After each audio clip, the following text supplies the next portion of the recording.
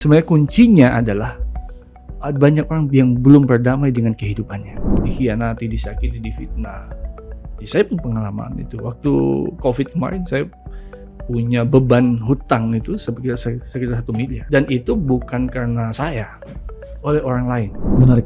Orang yang bertumbuh, orang yang menjadi versi terbaik dari dirinya adalah orang yang melewati banyak masalah. Yes, dan sel kehidupan itu adalah keluarga. Dan keluarga, antum menyoroti tadi mulai dari ibu gitu. Dari ibu. Kalau ayah gimana, Coach? Ternyata penderitaan yang dulu itu, yang saya alami dulu, ditinggalkan ayah, menjadikan saya menjadi seorang dokter saat ini. Masya Allah. Inner Game. Bismillahirrahmanirrahim. Assalamualaikum warahmatullahi wabarakatuh. Teman-teman sekalian, welcome back. Selamat datang kembali dalam seri video podcast yang bertajuk Inner Game. Ini adalah sebuah tema besar. Di seri video ini kita membahas semua tentang ruang dalam diri. Kenapa ini penting? Karena segala sesuatu dimulai dari dalam. Ya. Dan pada video kali ini, teman-teman sekalian, di seri podcast kali ini kita akan ngobrol-ngobrol dengan seseorang yang sangat luar biasa. Beliau ini sahabat saya, mentor kehidupan saya, guru saya, serius. Saya banyak banget belajar dari beliau tentang ketulusan, tentang energi positif, kesediaannya mengasuh umat, dan kisah hidupnya ada begitu banyak mutiara hikmah, ada begitu banyak inspirasi yang coba kita gali dalam obrolan kita di video kali ini.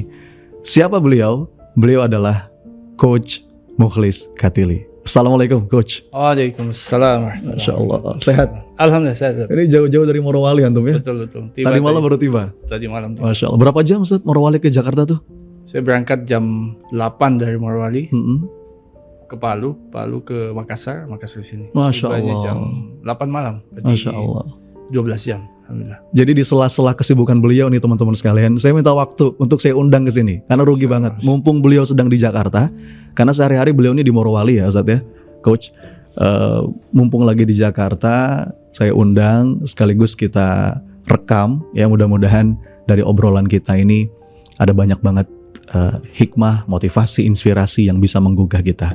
Coach Mukhlis, supaya teman-teman kenal nih Coach, antum cerita dulu aktivitas sekarang apa, kegiatan, kesibukan antum selama ini, silakan Coach. Baik, bismillahirrahmanirrahim. Assalamualaikum warahmatullahi wabarakatuh. Waalaikumsalam warahmatullahi wabarakatuh. Hamdan katsiran thayyiban barakan fihi kama yuhibbu rabbuna wa yarda. Asyhadu an la ilaha illallah wa asyhadu anna Muhammadan abduhu wa rasuluh. Amma ba'd. Ya, terima kasih Ustaz ya untuk waktunya. Saya tahu, saya nggak tahu siapa yang paling sibuk sebenarnya ya. Karena antum juga siang ini harus ke Lampung ya, karena bisa mengisi kajian, kemudian akan berangkat haji Ustaz ya. Insya Allah Ustaz. Minta doanya. Masya Allah. Sibuk, tapi mau meluangkan waktu untuk ini saya. Sebuah kebahagiaan. Yang bukan siapa-siapa kan kita. Ini yang ditunggu salah satunya. Insya Allah. Jadi ya, saya profesional orang kesehatan dulu dan pernah berkarir di perusahaan tambang multinasional belasan tahun.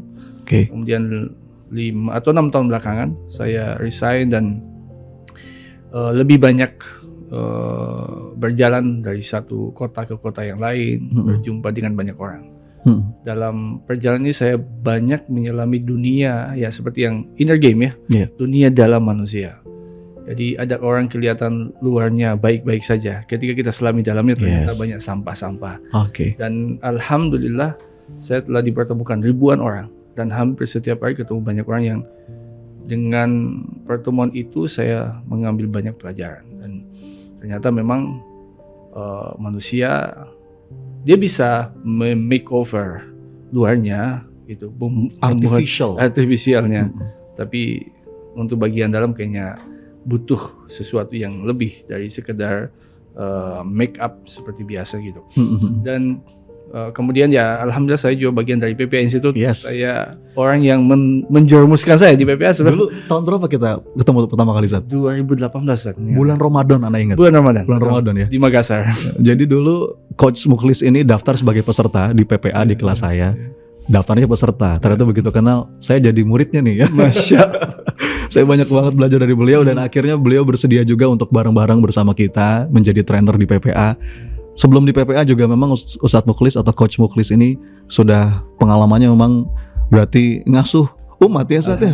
Dampingin banyak orang terapis ya. Antum profesional terapis ya. Betul. Hipnoterapis, coach, mentor juga ya. Kenapa? Memang antum suka dengan dunia itu? Apa yang membuat antum kayaknya, oh ini jalan hidup saya? Dampingin orang, ngurusin orang. Gimana ceritanya? Betul. Coach? Saya memang sangat tertarik dengan manusia sejak dulu ya. Kalau dulu fokusnya ke fisik gitu. Saya melihat orang sakit gitu. Kemudian bisa saya tolong. Alhamdulillah itu kebahagiaan. Ada orang sekarang kita bantu itu senang sekali. Sehingga saya memang mendedikasikan waktu saya di emergency, di ICU, di bencana itu memang kehidupan saya dulunya. Lama di rumah sakit antum? Lama. 15 tahun lah.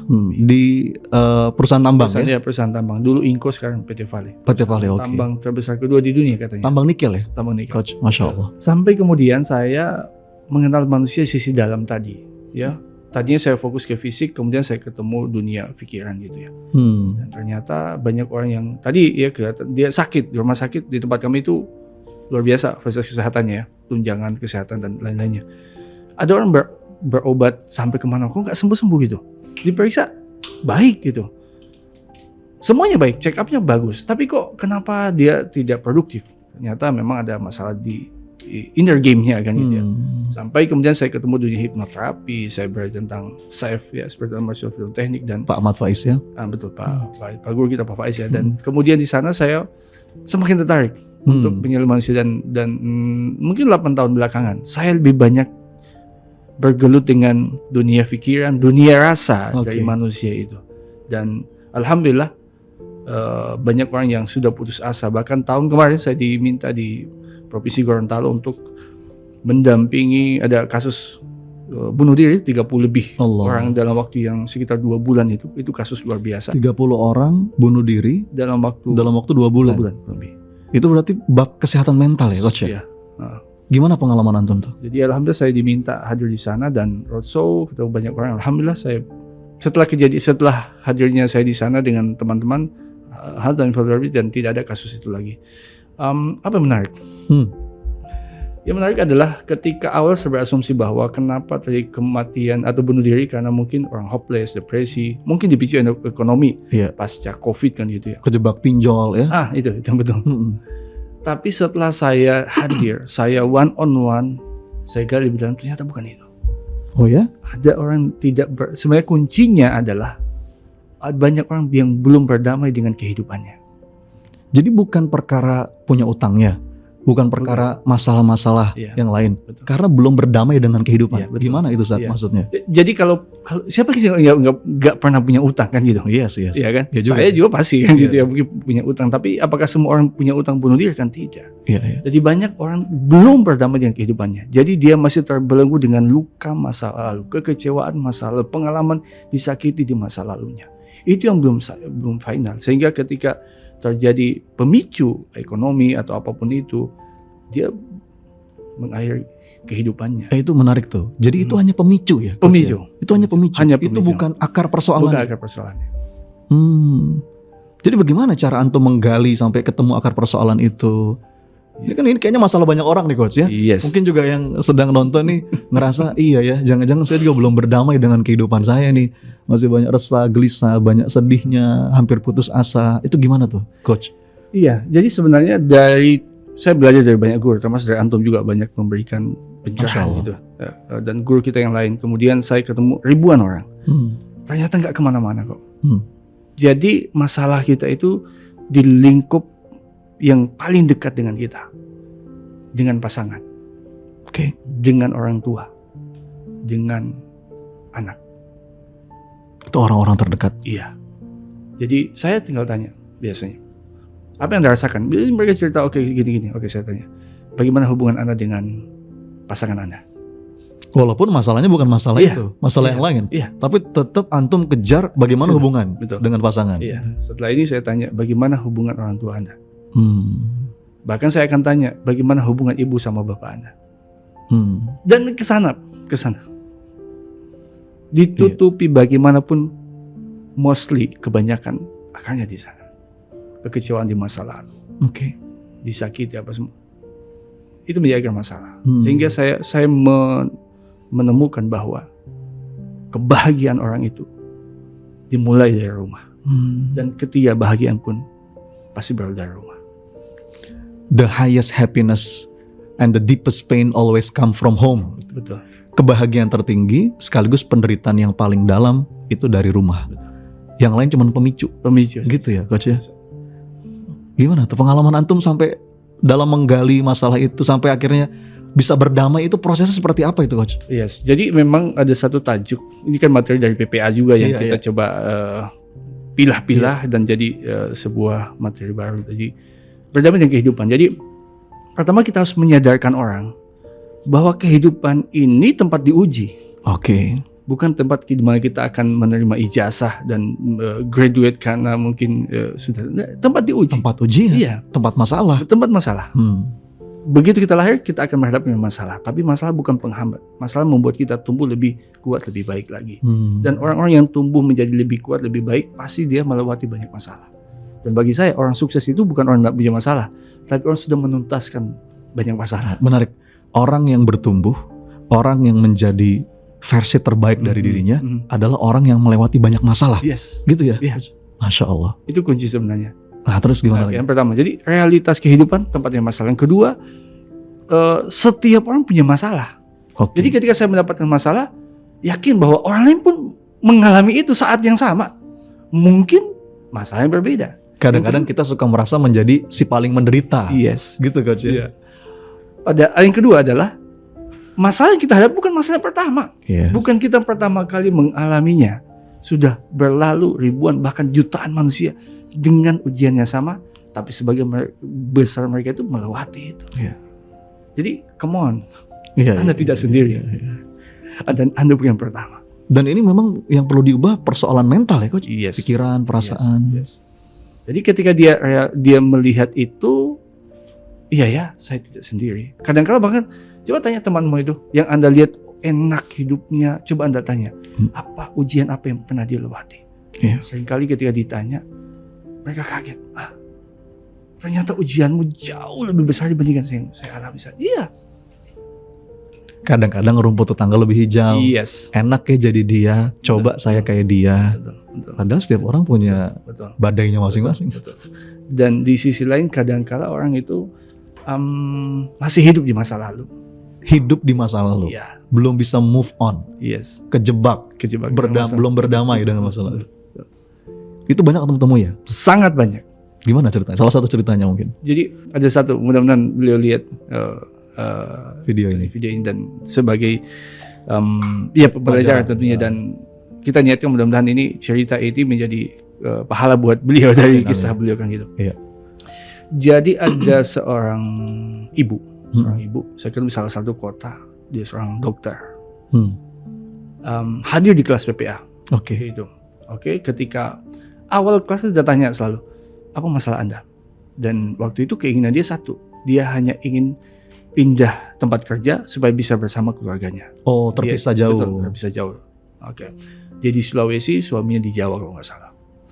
Pasca atau after kelas itu, kan ada testimoni biasanya tuh ya. Apa pengalaman Anda? Ibu ini maju ke depan dengan wajah yang sembab. Kemudian sambil dia nangis, dia sampaikan bahwa saya menceritakan hidup saya yang dulu waktu masih kecil. Saya usia 3 bulan ditinggalkan ayah saya dan ibu saya, dan saya tinggal hidup di kandang kambing. Allah. Usia 3 bulan.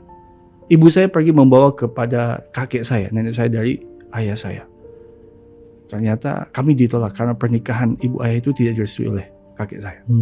Dan saya dengan ibu tinggal di kandang kambing bertahun-tahun. Dan itu menjadi luka buat dia. Menjadi luka buat dia. Dan dia hidup di situ dia. Satu ketika, saya sekolah SD itu dari belas kasihnya orang. Bahkan ibu saya nggak pernah beli baju seragam buat saya, hanya karena orang membantu saya. Saya pakai baju itu, dan satu ketika saya bertanya ibu saya, Bu, siapa ayah saya? Ibu saya diam, kemudian menangis. Dan seingat saya dia cerita, 2 kali saya menanyakan itu. Setiap kali siapa ayah saya? Kan dia merasa bahwa mungkin Tuhan ini tidak adil. Kenapa ada anak-anak lain itu dia punya ayah, dia bisa bermain, bercengkrama. Hidupnya mungkin tidak seberat dia gitu. Tapi dia kehilangan sosok ayah di usia masih kecil. Setiap kali dia tanya ibunya hanya bisa menangis. Dan dia berkata bahwa saya tidak akan pernah menanyakan siapa ayah saya kepada ibu saya lagi, karena itu menjadi luka. Dia sekolah SD, SMP, dari belas kasihnya orang. Kemudian SMA sampai kuliah dia tinggal jadi cleaning service di asrama supaya bisa free di situ. Sampai kemudian takdir membawa dia menjadi seorang dokter. Lalu saya tahu enggak apa yang kemudian dia sampaikan? Alhamdulillah, ternyata penderitaan yang dulu itu, yang saya alami dulu, ditinggalkan ayah, menjadikan saya menjadi seorang dokter saat ini. Masya Allah. Dan dia katakan, malam ini saya maafkan ayah saya. Malam ini saya lupakan semuanya. Itu setelah kelas PPA ya? Setelah kelas PPA. Jadi dia membawa luka itu puluhan tahun. Sampai sudah punya anak. Sampai dia kemudian mendapatkan hikmah bahwa kepahitan masa lalu itu, penderitaan masa lalu menjadi titik balik di mana dia mendapatkan kebaikan di masa depan. Ini satu di antara. Masya Allah.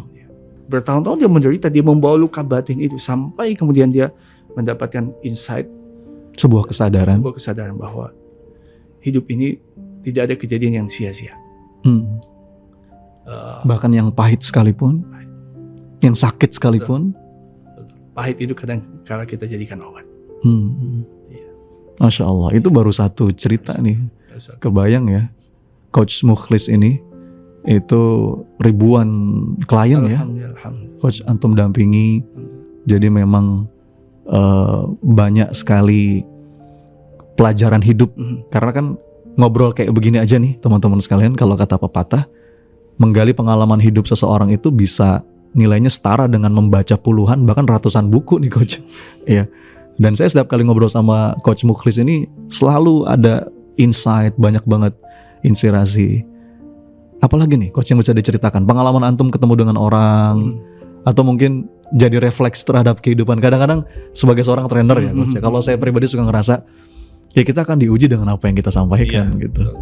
Ya, saat kita di sesi training, di sesi counseling, di sesi coaching, mentoring, itu kita bisa ngasih nasihat sama orang lain. Tapi terkadang 1-2 momen itu terjadi dalam hidup kita, kadang-kadang kita lumpuh. Antum pernah ngerasa gitu gak sih? Iya, manusia biasa pasti melewati itu. Dan ya tantangan trainer kan gitu. Iya. Kita tidak hanya ditantang bagaimana mendeliver materi dengan baik, tapi mempraktekkan, mengamalkan. Dan pengalaman saya pasti kita akan diuji dengan itu. Iya. Jadi kalau biasa kita di kelas PPA kita mendampingi banyak orang yang punya utang, dikhianati, disakiti, difitnah. Jadi saya pun pengalaman itu. Waktu COVID kemarin saya punya beban hutang itu sekitar 1 miliar. Allah. Dan itu bukan karena saya, oleh orang lain, oleh orang terdekat saya.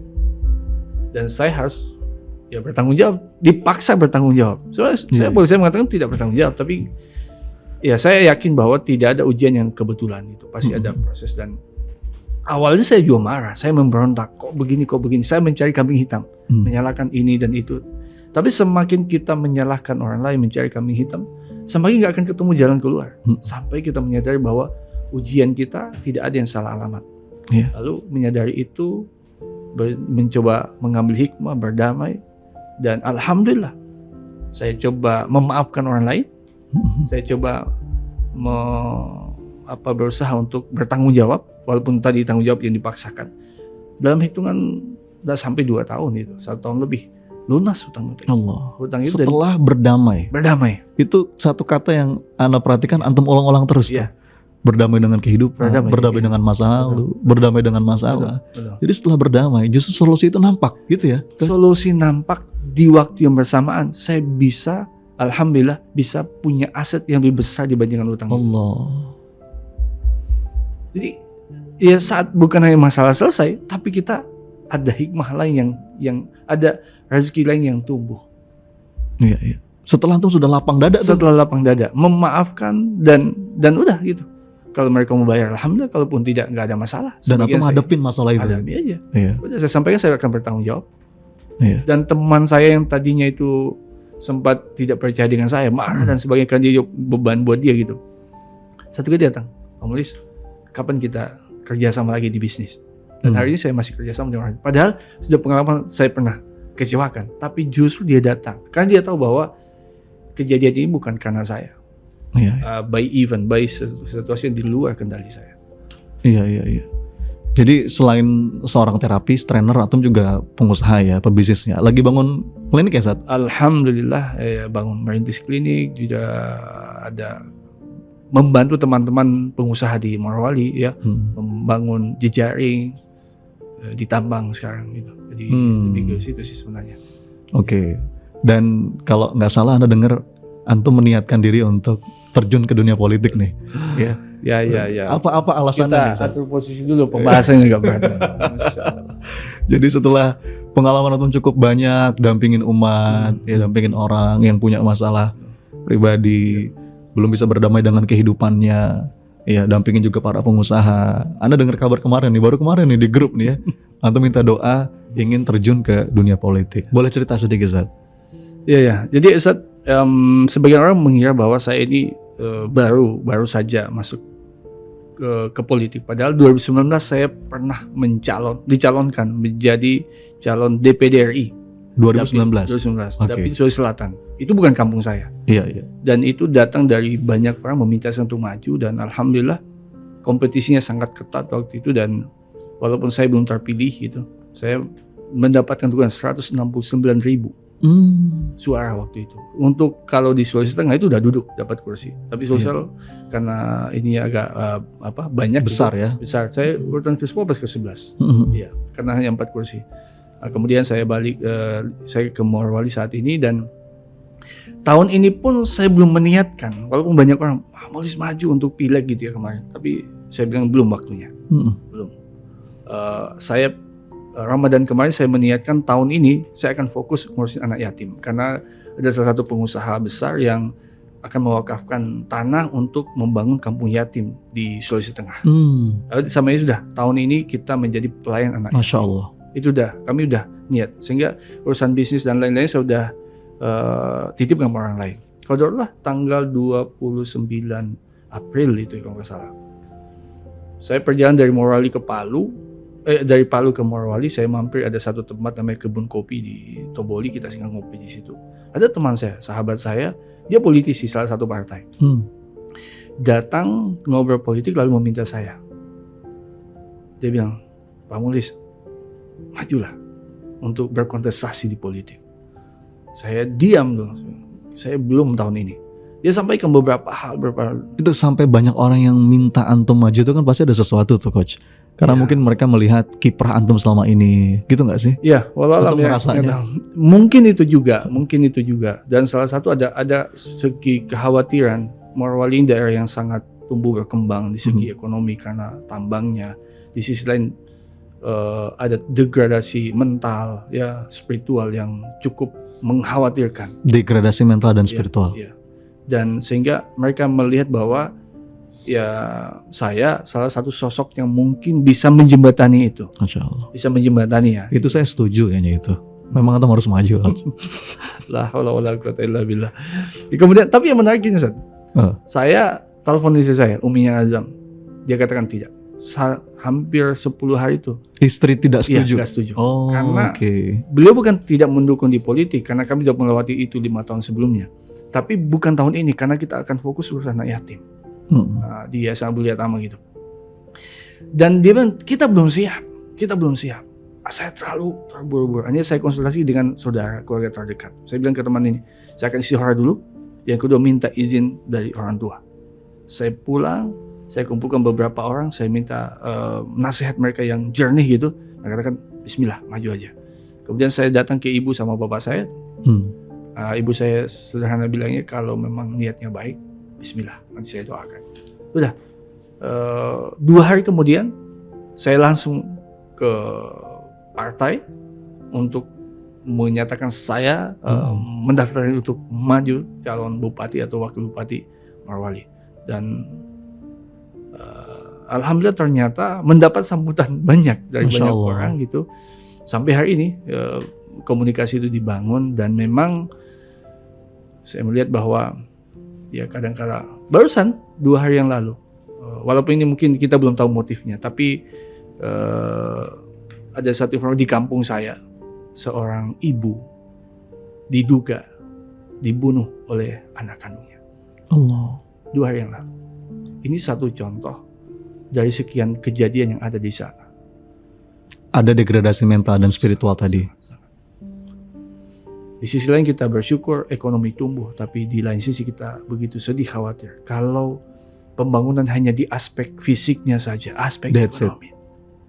Kita mengabaikan spiritual dan mental, dan mungkin juga kita mengabaikan keluarga.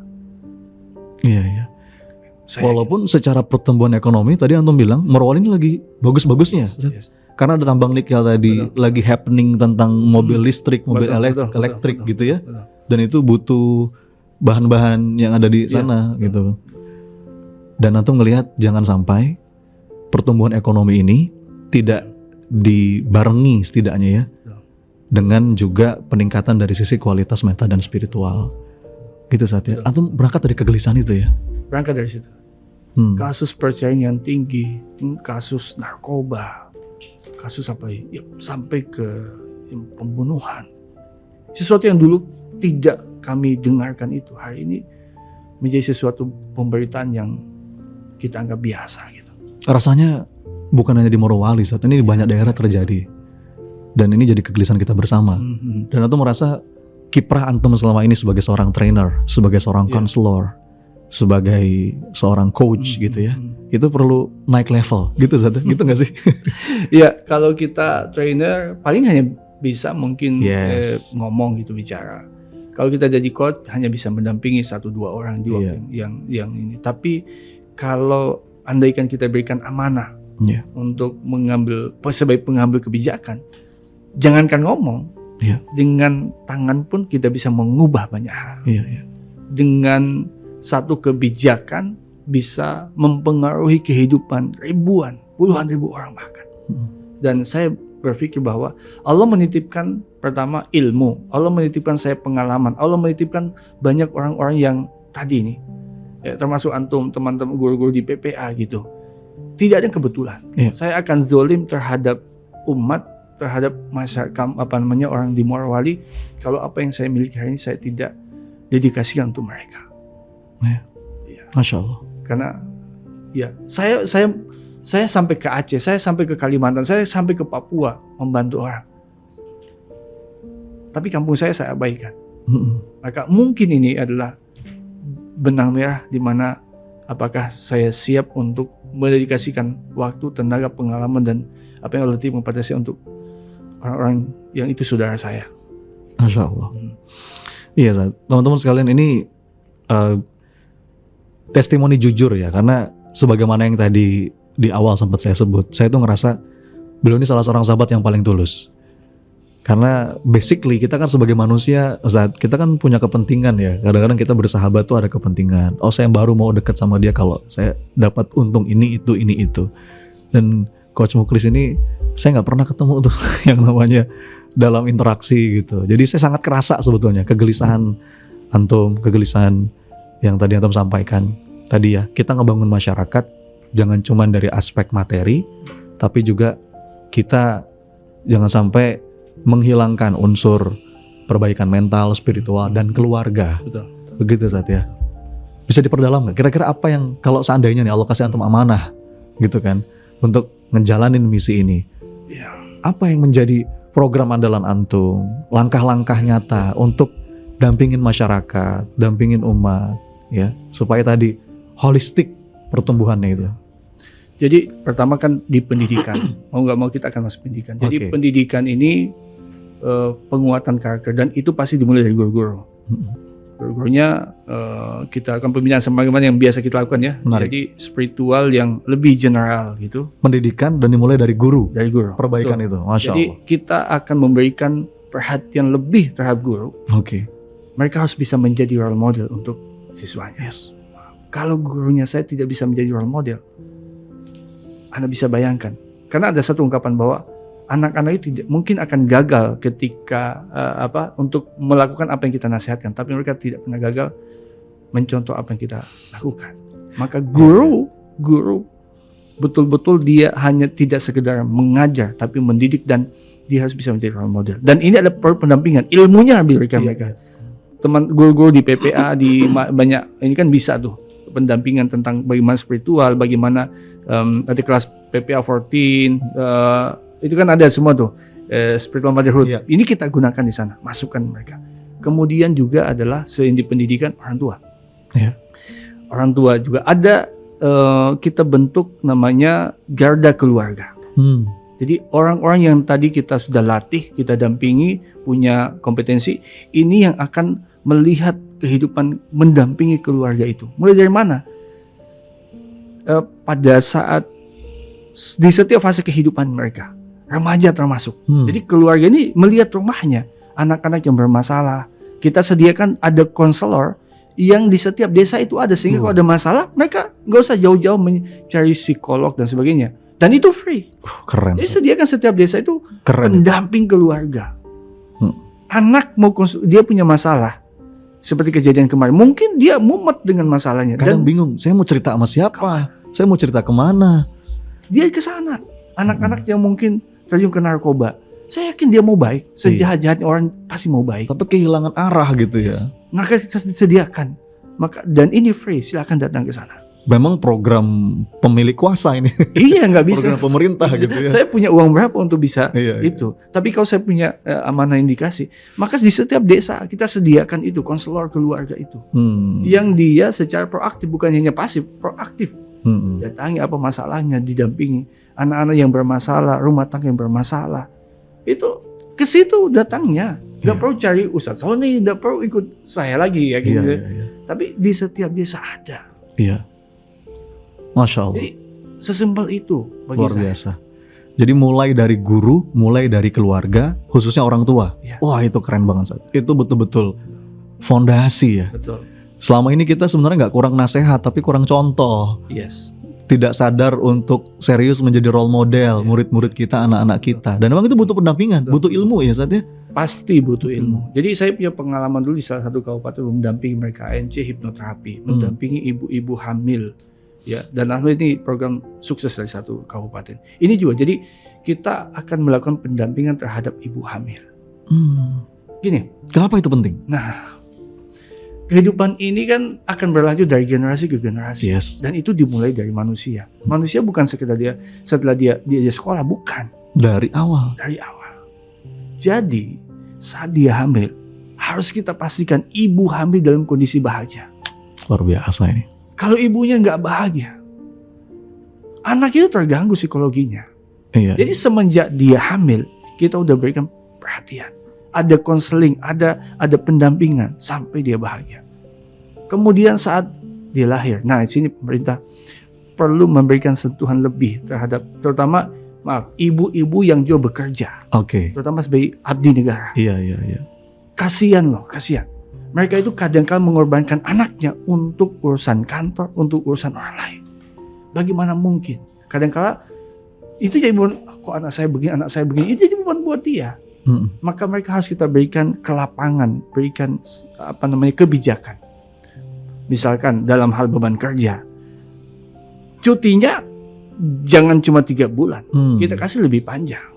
Kemudian jam kerjanya, dia jangan paksakan dia masuk jam 7. Kenapa pagi-pagi dia harus ngurusin anaknya? Nah, tentu ada bagaimana mekanisme sehingga pekerjaan di kantor tidak terbengkalai. Insya Allah ada solusinya. Jadi intinya apa? Ibu-ibu yang hamil, yang menyusui, ada perlakuan khusus, ada kebijakan khusus, sehingga mereka bisa berupaya memastikan hak anaknya untuk mendapatkan kasih sayang itu terpenuhi. Masya Allah. Jangan sampai dia menunaikan hak orang lain, tapi hak anaknya diabaikan. Masya Allah. Ini saat Ana berdoa kepada Allah, Zat. Mudah-mudahan Allah izinkan ya pengaruhan itu makin meluas. Karena kalau jadi warga Morowali kayaknya langsung nyoblos nih. Amin, insyaallah. Tadi ya kayak ya itu mungkin selama ini kita kenal sebatas teori ya, Zat. Tapi memang perlu diterapkan gitu dalam kehidupan nyata. Dan dimulai dari dulu keluarga, ibu hamil. Pastikan ibu hamil itu harus bahagia. Jadi membangun generasi itu memang dimulai dari membangun keluarga. Gitu ya, Coach? Pasti. Tidak ada peradaban besar kecuali dimulai dari keluarga yang bahagia. Tidak ada pemimpin besar kecuali dari keluarga yang bahagia. Jadi dengan kata lain ya, mafhum mukhalafahnya, rusaknya peradaban, rusaknya generasi, itu besar kemungkinan karena rusaknya keluarga. Gitu Coach ya. Tumbuhan besar itu kan dia tidak akan besar berbuah dengan manis dan sebagainya kecuali dari sel yang kecil yang tidak kelihatan. Kalau selnya itu rusak, ya sudah rusak semuanya. Dan sama tubuh kita ini, ini kan tidak akan bisa seperti ini kalau selnya sakit. Kalau selnya sehat, kita akan seperti ini. Iya. Jadi dan sel kehidupan itu adalah keluarga. Dan keluarga, antum menyoroti tadi mulai dari ibu gitu. Dari ibu. Kalau ayah gimana Coach? Yes. Apa nih persoalan para ayah nih? Ini sambil minta nasihat juga nih. Kita sebagai seorang ayah, gimana nih masalahnya di mana gitu? Jadi walaupun masih kontroversi, Indonesia kan termasuk fatherless country. Jadi negara yang kehilangan sosok ayah. Betul, memang ini faktanya begitu. Ayah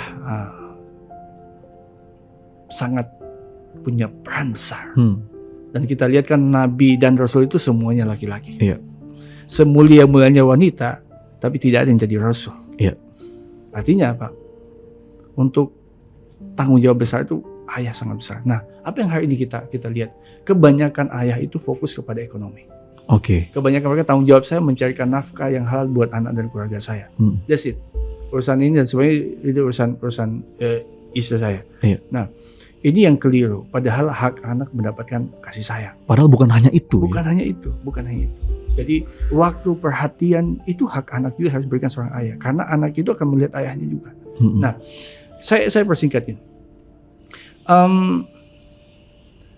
Kalau kita hanya memberikan materi saja, materi itu bisa dipenuhi dengan tidak harus dari kita. Bahkan anak-anak bisa mencari sendiri kok.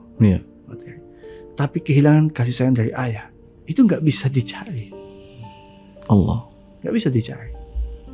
Uang saya nggak kasih anak saya hari ini, dia bisa dapat dari pamannya, dari tantenya.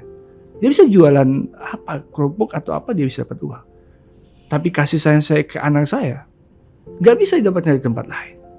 Walaupun ada yang menyayanginya, tapi tidak akan sama kasih sayang seorang ayah dengan orang lain. Saya belajar dari situ, makanya alhamdulillah anak saya 3 Ustaz ya. Walaupun saya masih belajar dan terus belajar sebagai ayah. Anak saya 3 dan 2 sudah sekolah. Alhamdulillah 2 ini homeschooling semua. Istri saya 2 ASN, 8 tahun yang lalu kurang lebih sudah resign duluan. Fokus ke anak. Kenapa? Kami dengan keterbatasan yang ada, kami belajar bahwa anak tanggung jawab kami. Makanya anak itu sekarang semua homeschooling. Ya dengan kesibukan saya berusaha untuk punya waktu dengan mereka. Karena banyak masalah ini sebenarnya karena ketidakhadiran ayah di rumah. Makanya salah satu yang kami, kalau Allah titipkan amanah itu, membangun ruang-ruang di mana ada interaksi antara anak dengan ayahnya, dengan ibunya. Dan itu kadang-kadang perlu intervensi dari pemilik kuasa itu. Pasti, nggak bisa kita ini. Jadi ruang-ruang diskusi itu yang harus, ruang interaksi sebenarnya. Ya contoh di sana misalkan, setelah panen ini di bidang saya saja. Gitu. Setelah panen di sawah gitu ya. Setelah ini, kita buat semacam games gitu. Games antar keluarga. Mungkin games itu menangkap ikan di sawah gitu ya. Sehingga ada interaksi.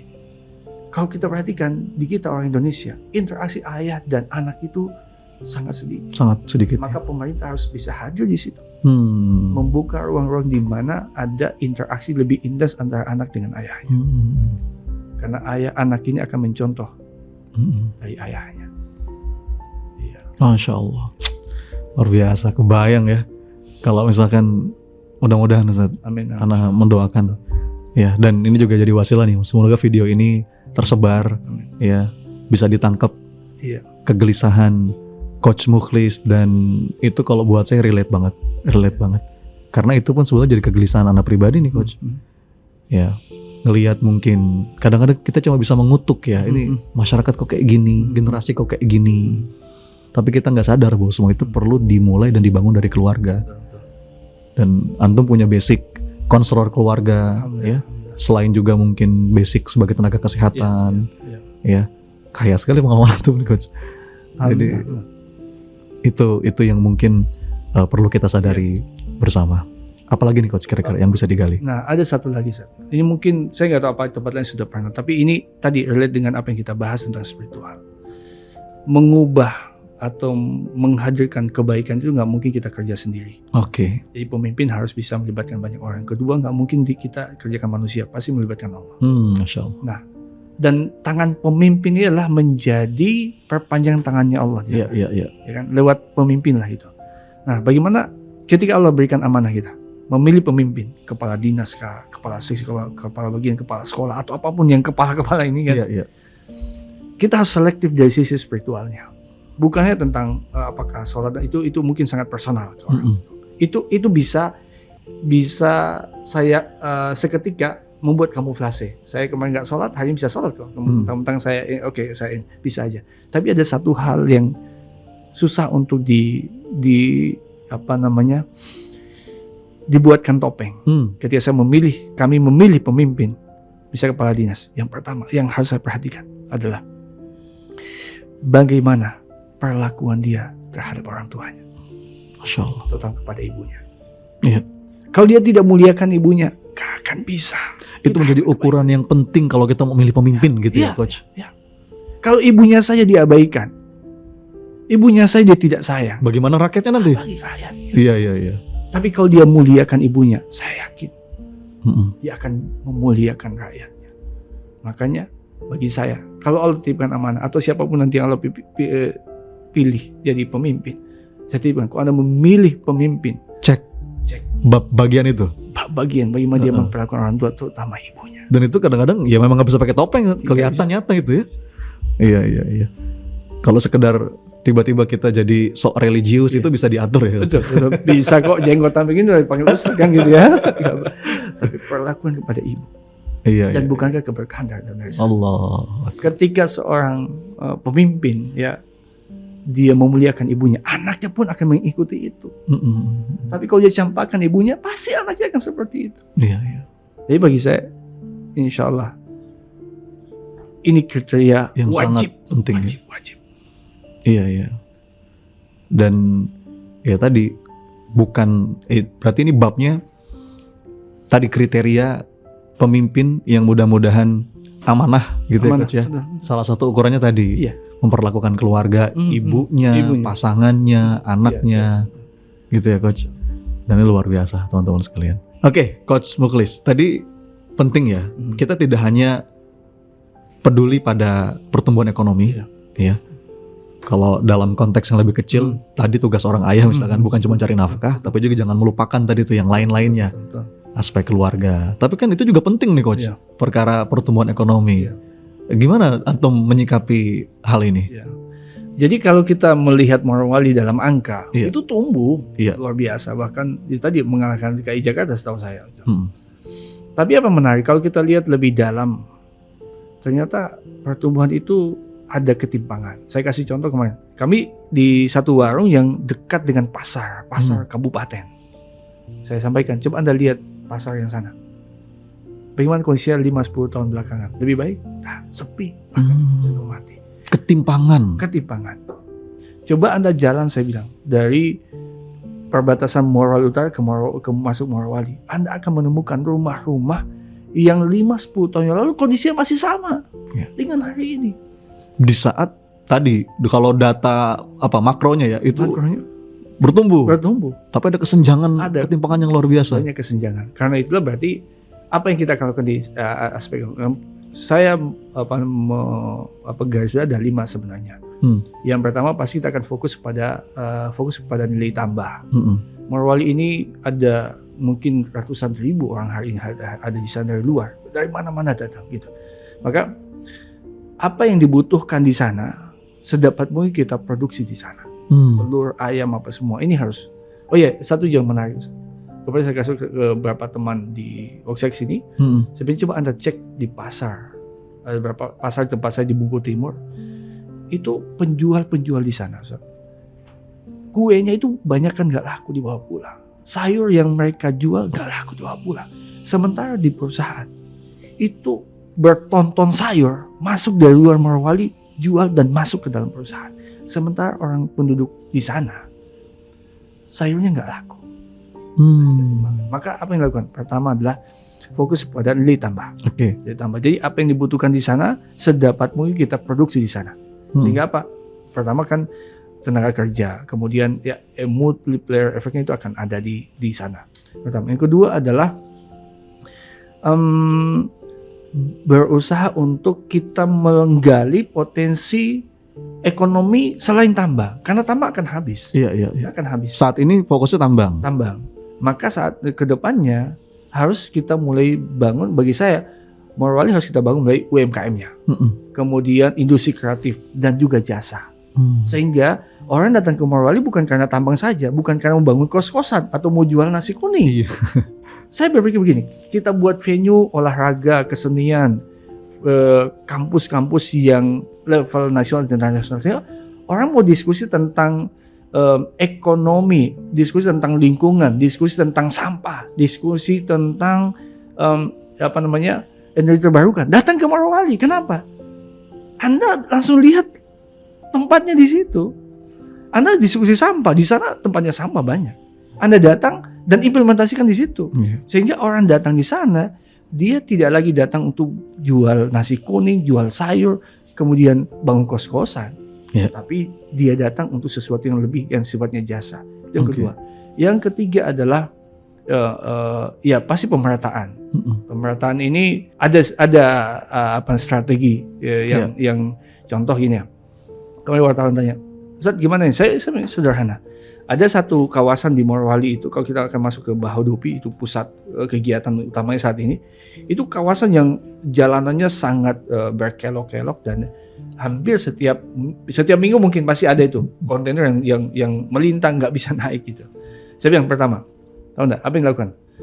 Berikan atur jam aktivitas dari kontainer mobil besar ini jam 11 malam sampai jam 5 subuh.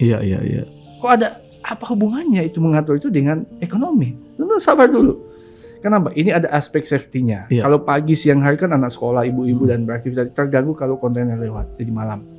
Yang kedua, ketika mobil kontainer ini, mobil-mobil besar ini, sebelum mereka ke sana, kita sediakan poolnya, semacam terminal gitu, di titik di mana yang selama ini tidak berdampak langsung oleh tambang. Nah, kita tempatkan di situ. Mereka parkir di situ kan. Parkirnya otomatis kan dia akan minum kopi, nasi kuning pasti di situ. Sehingga orang di situ nggak perlu ke Bahodopi itu, ke pusat itu untuk jual nasi kuning. Di situ bisa hidup. Lalu apa? Pada saat mereka ini standby menunggu jam 11, di sini dinas perhubungan datang. Untuk apa? Mengecek kelayakan mobilnya untuk melintas tempat itu. Kalau dia tidak, jangan berikan dia pasnya, jangan berikan dia izin untuk lewat. Kenapa? Daripada mengganggu banyak orang. Jadi ini efeknya. Saya tanya gimana?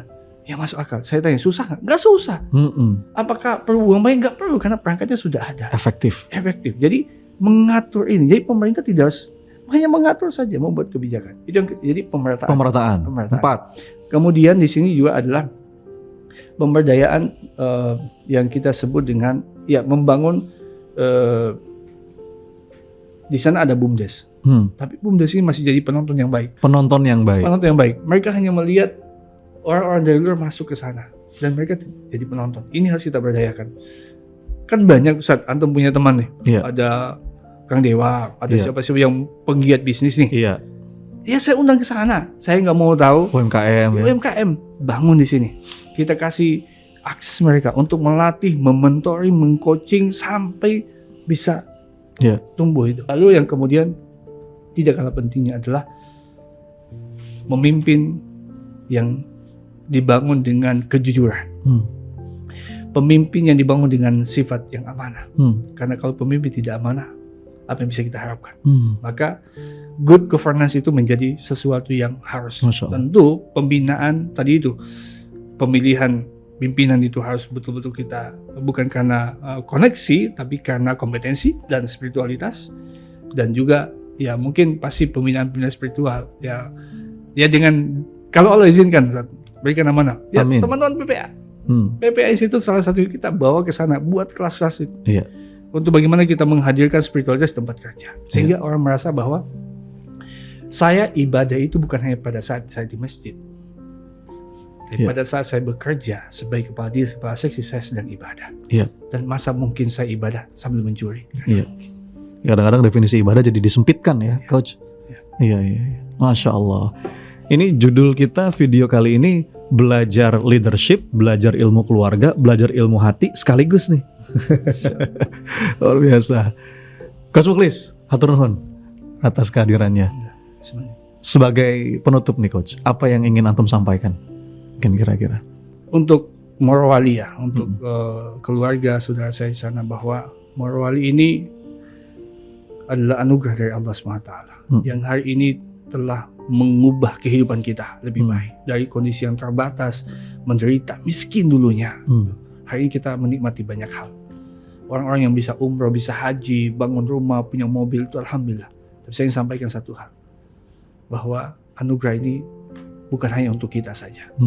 Tapi anugerah ini wajib kita teruskan untuk anak cucu kita ke depannya. Amin. Dan kita juga yang kedua adalah kita jangan hanya fokus dengan ekonomi. Tapi di waktu yang bersamaan kita mengabaikan bahwa ada bencana besar yang bisa saja terjadi. Bencana alam, bencana sosial, bencana kesehatan, bencana moral. Jangan sampai cukuplah kejadian kemarin ada dugaan pembunuhan yang dilakukan seorang anak pada ibu itu yang terakhir. Apa artinya kita kaya, anak kita pintar, tapi kemudian kita mati di ujung belati anak kita. Saya yakin semua orang tidak ingin itu. Masya Allah. Coach Mukhlis, saya mendoakan dengan tulus, semoga apapun niat baik antum, rencana antum, Allah mudahkan. Amin. Allah kasih jalannya, ya. Allah jadikan keberkahan dalam setiap langkah antum. Hatur nuhun Coach sudah berkenan hadir nih. Amin. Titip doa juga saja. Mudah-mudahan Morowali memilih pemimpin lebih baik, lebih amanah ya di Mekah nanti insyaallah. Amin insyaallah. Dan mudah-mudahan kita bisa berangkat bareng lagi. Amin insyaallah. Terima kasih teman-teman sekalian. Ini tentu saja bukan video yang pertama dan terakhir ya. Tapi nanti kita akan di lain kesempatan kita akan bikin lagi video bareng Coach Mukhlis dengan mungkin tema-tema yang berbeda. Mudah-mudahan teman-teman menikmati obrolan ringan kita kali ini. Dan sampai jumpa di seri video selanjutnya dalam Inner Game.